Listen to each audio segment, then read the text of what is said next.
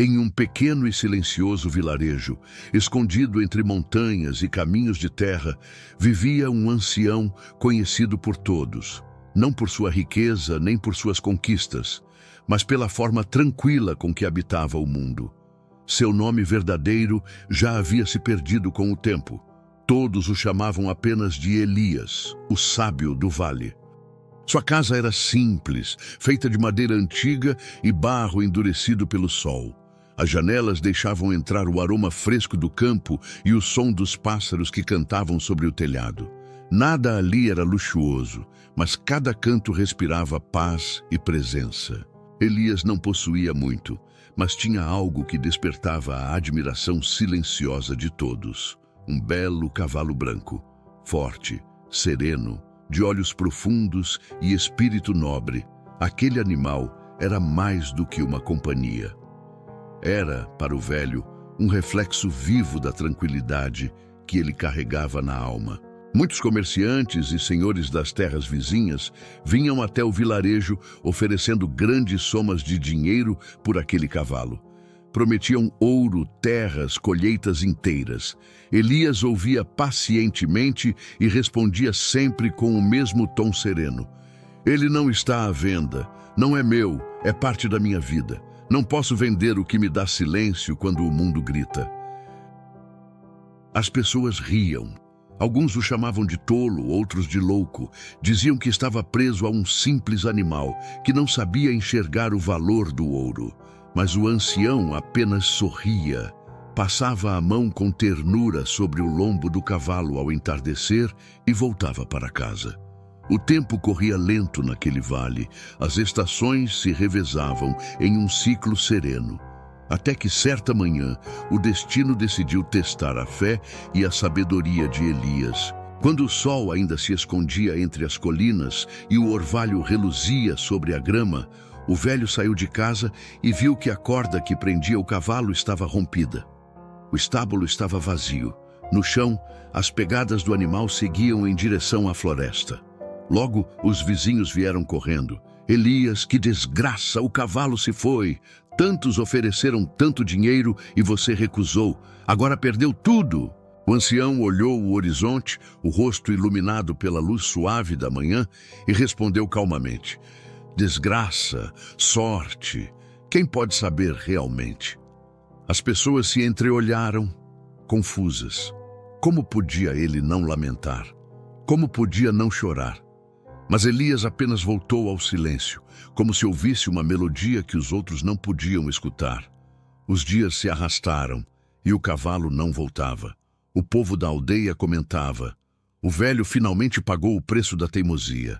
Mas Elias seguia calmo, pois sabia que as histórias não terminam quando queremos, só quando o tempo permite. Então, uma semana depois, o milagre aconteceu. Numa manhã clara, o som de cascos ecoou ao longe. Um menino do alto da colina gritou: o cavalo voltou! E para espanto de todos, ele não vinha sozinho. Ao seu lado corriam 3 cavalos selvagens, fortes, brilhantes e indomáveis. O cavalo branco os guiava como um líder sábio. Os aldeões correram até a casa de Elias. Que sorte, velho! Perdeu 1 e agora tem 4. O universo o recompensou. Mas o ancião apenas respondeu, com o mesmo olhar sereno: sorte, desgraça. Quem pode saber realmente? O povo balançou a cabeça, achando-o cada vez mais estranho. Como alguém podia ser tão indiferente? Mas o tempo, mais uma vez, se encarregaria de mostrar que havia algo por trás daquele olhar tranquilo. Dias depois, o filho de Elias, um jovem chamado Samuel, decidiu domar um dos cavalos selvagens. Queria provar que podia transformar aquela sorte em prosperidade. Montou o mais rebelde dos animais. O cavalo relinchava, girava em círculos, resistia à sela. Samuel insistia, até que, de repente, o animal se ergueu em um impulso violento e o lançou ao chão. O som do impacto ecoou no ar. O rapaz gritou. Sua perna estava quebrada. Os aldeões correram novamente. Que tragédia! Esses cavalos são amaldiçoados. Você devia tê-los vendido. Elias ajoelhou-se ao lado do filho. tomou-lhe a mão e, com a voz mansa, apenas disse: desgraça, sorte, quem pode saber realmente? O jovem ficou de cama por meses. A dor era intensa. A frustração o consumia. Por que isso aconteceu comigo, pai? Por quê? Perguntava. O ancião, sentado ao lado dele, apenas respondia com o silêncio. Um silêncio que não era vazio, mas cheio de compreensão. O tempo passou. O inverno chegou, trazendo ventos frios e dias cinzentos. A aldeia parecia mais triste, até que, certa manhã, o som dos tambores da guerra ecoou pelo vale. Soldados armados entraram no vilarejo com ordens de recrutar todos os jovens. As famílias choravam, sabiam que muitos não voltariam. Um por um, os nomes eram chamados. Quando chegaram à casa do ancião, viram Samuel deitado, com a perna ainda curvada e o rosto pálido. Este fica, disse o comandante, está ferido. E assim o jovem foi poupado. Enquanto todos os rapazes do vilarejo marchavam para a guerra, o filho do velho Elias ficou em casa, protegido por aquilo que antes parecia uma tragédia. Os aldeões murmuraram novamente: veja só, graças à queda, o filho dele foi salvo. Talvez não fosse uma desgraça afinal. E o ancião respondeu mais uma vez: sorte, desgraça, quem pode saber realmente? Aquelas palavras começaram a mudar algo dentro das pessoas. O tempo passou e o vilarejo começou a compreender. O que antes parecia indiferença agora era visto como sabedoria. Elias não vivia em negação. Ele apenas confiava que a vida revela seu sentido no tempo certo. Um dia, um rapaz curioso perguntou: como o senhor consegue viver assim, sem se desesperar? Elias sorriu e respondeu: aprendi a não chamar de bom ou mal o que ainda não terminou. O que parece bênção pode ser armadilha. O que parece castigo pode ser uma porta.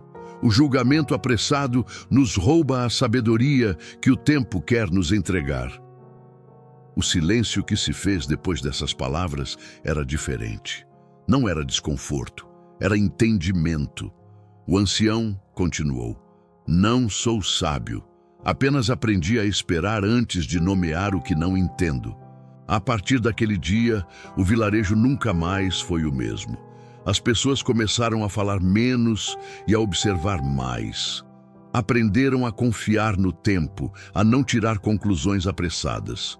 E Elias continuou ali, como sempre, cuidando do filho, caminhando pelo campo ao amanhecer, acariciando o velho cavalo branco e encontrando no silêncio as respostas que o mundo ainda buscava em palavras. E se essa história tocou seu coração, se em algum momento da sua vida algo que parecia uma desgraça acabou se revelando uma bênção, deixe seu comentário e compartilhe sua reflexão. Inscreva-se no canal Crer Mais. Aqui, cada história traz uma lição, uma semente de fé e sabedoria para o coração. Ative o sininho para não perder as próximas histórias que inspiram, curam e transformam. Porque assim como o velho Elias aprendeu, às vezes, o que parece o fim é apenas o começo do milagre que o tempo ainda está escrevendo.